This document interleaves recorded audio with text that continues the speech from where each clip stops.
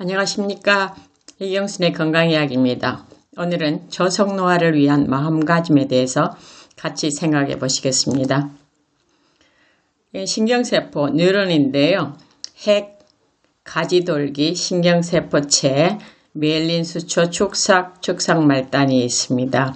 가지돌기와 축삭 말단이 서로 붙어서 신경을 자극을 전달하는 거죠. 자극 전달 방향은 가지돌기에서 축삭 말단까지 가는 거고요. 축삭은 축삭 돌기에서 자극을 전달하는 거고, 미엘린 수초는 자극을 전달하는 그 전기로 하기 때문에 방전되지 않도록 하는 겁니다. 미엘린 수초가 망가지는 질환을 다발성 경화증이라고 하는데, 뇌, 척수, 시신경으로 구성된 중추신경계에 발생하는 자가면역 만성질환을 우리가 다발성 경화증이라고 합니다. 이거 들어봤다, 이게 어디서 나온다, 그 정도는 알면 좋겠죠. 자, 가지돌기와 축삭돌기가 자극을 전달하는 데 쓰입니다. 다시 보면 이렇게 파란 부분으로 되어 있는데, 이 신경세포 하나가 한 2만 개까지 저렇게 시냅스를 만들 수 있다 그랬죠. 자, 축삭 말단과 가지돌기를 보면 빨간 것은 신경세포들이 그 전기적 자극을 하고요. 여기 가운데 뿡 뚫어져 있는데 점점점 하얀 점 된 데가 이 화학적인 걸로 갑니다. 그래서 여기는 신경 전달 물질이 있어야 되는데요. 신경 전달 물질은 신경을 전달하는 게 아니고 수용체를 열어주는 역할을 하는데, 거기에는 아세틸콜린, 도파민, 글루타메이트, 가바, 노르에피네프린, 세로토닌 등등 100여 가지 신경 전달 물질이 발견되어 있습니다. 같은 그림이에요. 축삭 말단과 가지돌기를 보는 건데, 전달이 정기적으로 옵니다. 그러면 전기가 쫙 통하면 칼슘 이온들이 채널을 열어줘요. 그럼 칼슘 이온들이 들어올 수 있습니다. 칼슘 이온이 여기 들어오면 아세틸콜린이 이 소포가 터져요. 터지면서 밖으로 나오게 됩니다. 그 다음에 밖으로 나오면 밖에 있는 나트륨 이온이 안으로 들어가야 되는데, 여기 보면 파랗게 이렇게 붙었죠. 이렇게 붙은 데는 나트륨이 들어가고, 붙지 않으면 수용체가 문을 열지 않습니다. 이렇게 우리 몸이 정교하게 잘 만들어져 있어요.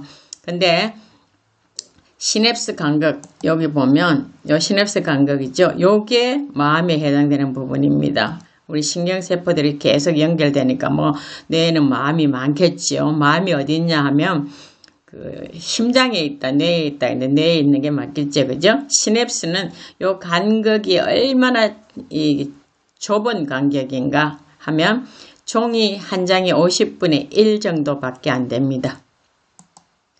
그럼 마음은 어디 있는가 보면 대뇌피질, 전대상피질, 전전두피질, 변연계, 대뇌선피질이 있는데, 여러분 대뇌선피질이 뭔가 잘 모르실 것 같아서 대뇌피질을 이렇게 열면 대뇌선피질이 있고 전전두엽과 또 두정엽의 네트워크를 이루고 있는데, 이것들의 대뇌선피질의 기능은 감정 처리와 공감, 통증 처리, 인지력 조절, 자율 규제, 항상성 유지, 운동 조절, 의사결정, 사회적 인식. 사회적 인식이라는 것은 사회적으로 받은 자극을 수용하고 또 해석하고 반응하는 일체의 정신 과정을 말합니다. 대뇌선피질이 잘 보이지 않는 부분이 있지만 이렇게 많은 역할을 하고 있다는 것 아시면 좋겠죠.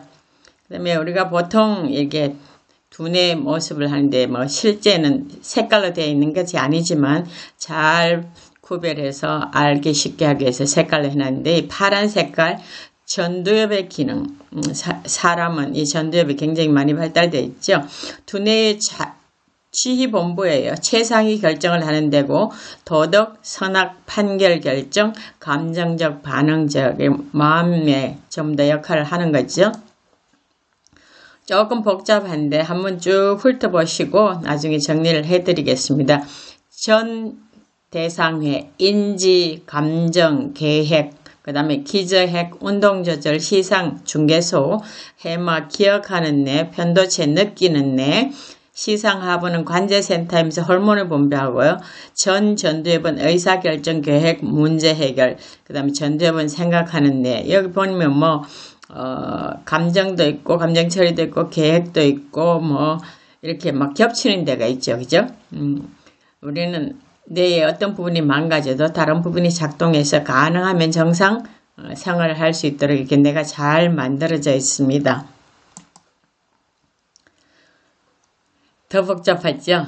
시각, 우리 몸에서 오는 감각, 청각 이런 것들이 시각 영역에서 시각 연합 영역으로 되고 또 모든 감각이 합쳐지는 다중 감각 연합 영역이 되고 그렇게 해서 전두엽으로 가고 운동 전 영역, 그래서 운동 감각이 이렇게 서로 작용한다는 걸 보면 되는데 우리 뇌는 굉장히 복잡하면서도 고유의 기능을 담당하는 것이 있는데 하나씩 작동하는 것이 아니라 이렇게 네트워크를 만들어서 작동하는데 오늘 공부하실 것은 전두엽과 편도체에 대한 이야기를 하려고 합니다. 우리 감각은 느낌은 감정은 우리가 감정이 편도체에 있었는데 우리는 감정이 참 여러 가지가 있다고 배웠잖아요. 병년까지 그렇게 배웠는데 요즘 최근 밝혀진 일인데 우리의 감각은 두려움밖에 없다. 두려움이 다른 모습으로 나타난다. 그렇게 하는 것이 이제 정석이 되었습니다.